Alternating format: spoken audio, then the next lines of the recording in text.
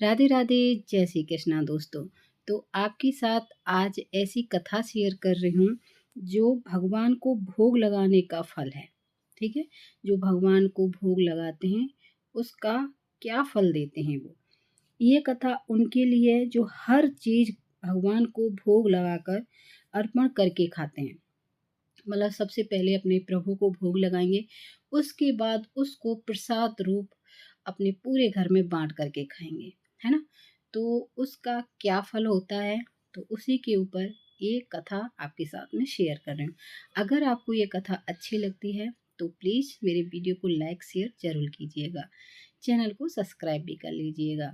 और सर्दी पड़ रही है, अपने लल्ला को ना हल्के गर्म पानी से नहलाइएगा और घी की मालिश कीजिएगा। अब वो जो इत्र होता है ना, तो इत्र की, क्योंकि इत्र ठंडा रहता है, तो आप थोड़ा सा घी ले लीजिए और घी से मालिश कीजिए और अपने लल्ला को हल्के हल्के गर्म कपड़े पहनाइए।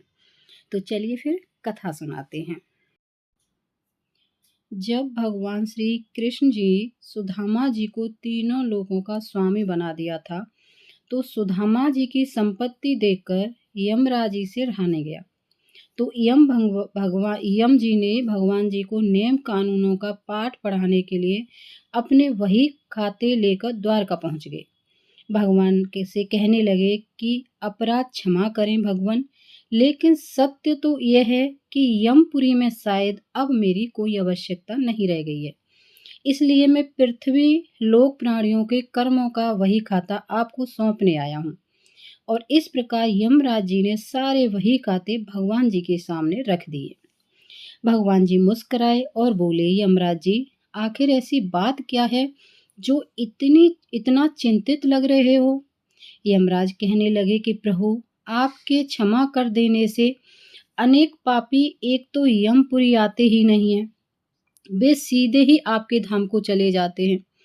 फिर आपने अभी अभी सुदामा जी को तीनों लोक दान दे दिए हैं, सो अब हम कहाँ जाएं। यमराज भगवान से कहने लगे कि प्रभु, सुदामा जी के प्रारब्ध में तो जीवन भर दरिद्रता लिखी थी, लेकिन आपने उन्हें तीनों लोकों की संपत्ति देकर विधि के बनाए हुए विधान को ही बदल कर रख दिया। अब कर्मों की प्रधानता तो लगभग समाप्ति हो गई। भगवान बोले कि यम जी, तुमने कैसे जाना कि सुदामा के भाग में आजीवन दरिद्रता का योग है। यमराज ने अपना वही खाता खोला तो सुदामा जी के भाग्य वाले स्थान पर देखा तो चकित रह गए। देखते हैं कि जहाँ श्री 6 संपत्ति का 6 लिखा हुआ था, वहाँ स्वयं भगवान श्री कृष्ण ने उन्हीं अक्षरों को उलट कर उनके स्थान पर यच श्री लिख दिया, अर्थात कुबेर की संपत्ति। भगवान बोले कि यमराज जी, शायद आपकी जानकारी पूरी नहीं है। क्या आप जानते हैं कि सुदामा ने मुझे अपना सर्वस्व अर्पण कर दिया था।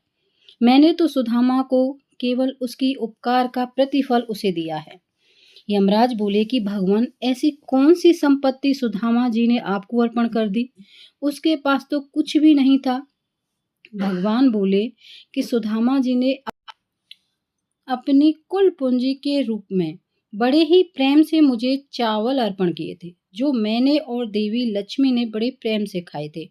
जो मुझे प्रेम से कुछ खिलाता है, उससे मैं संपूर्ण विश्व को भोजन कराने जितना पुण्य प्राप्त होता है, बस उसी का प्रतिफल सुदामा को मैंने दिया है। तो आप समझ सकते हैं कि प्रभु कितने दयालु हैं। उन्होंने सुदामा के थोड़े से चावल खाए थे और वही चावल खाने से उन्होंने उनको सारा राजपाट सब कुछ दे दिया था। तो ऐसे हैं प्रभु दयालु।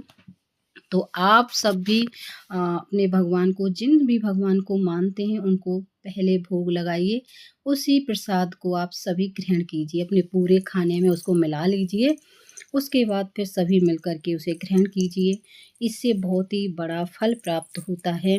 और सबसे पहले अपने प्रभु के लिए जो भी घर में कोई चीज़ आती है बिना प्याज लहसुन वाली, तो उस चीज़ को आप अच्छे से हाथ धो के साफ करके उनका भोग लगाइए, उनको अर्पित कीजिए।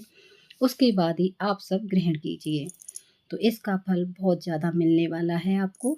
तो आप सभी को मेरी एक छोटी सी भोग की कथा कैसी लगी, कि थोड़े से चावल खाए थे और राजपाट सब कुछ सुदामा जी के नाम कर दिया था। तो मुझे कमेंट में ज़रूर बताइएगा। मिलती हूँ मैं एक और वीडियो में, तब तक के लिए बाय फ्रेंड्स, राधे राधे, जय श्री कृष्णा। आपसे फिर से एक बार कह रही हूँ, आपके प्यार और सपोर्ट की मुझे बहुत ज़रूरत है। प्लीज़ वीडियो को लाइक शेयर ज़रूर कीजिएगा और अपने फैमिली दोस्तों में ज़रूर से शेयर कर दीजिएगा वीडियो को, और चैनल को सब्सक्राइब भी कर लीजिएगा। राधे राधे, जय श्री कृष्णा दोस्तों। फिर मिलते हैं एक और वीडियो में। बाय।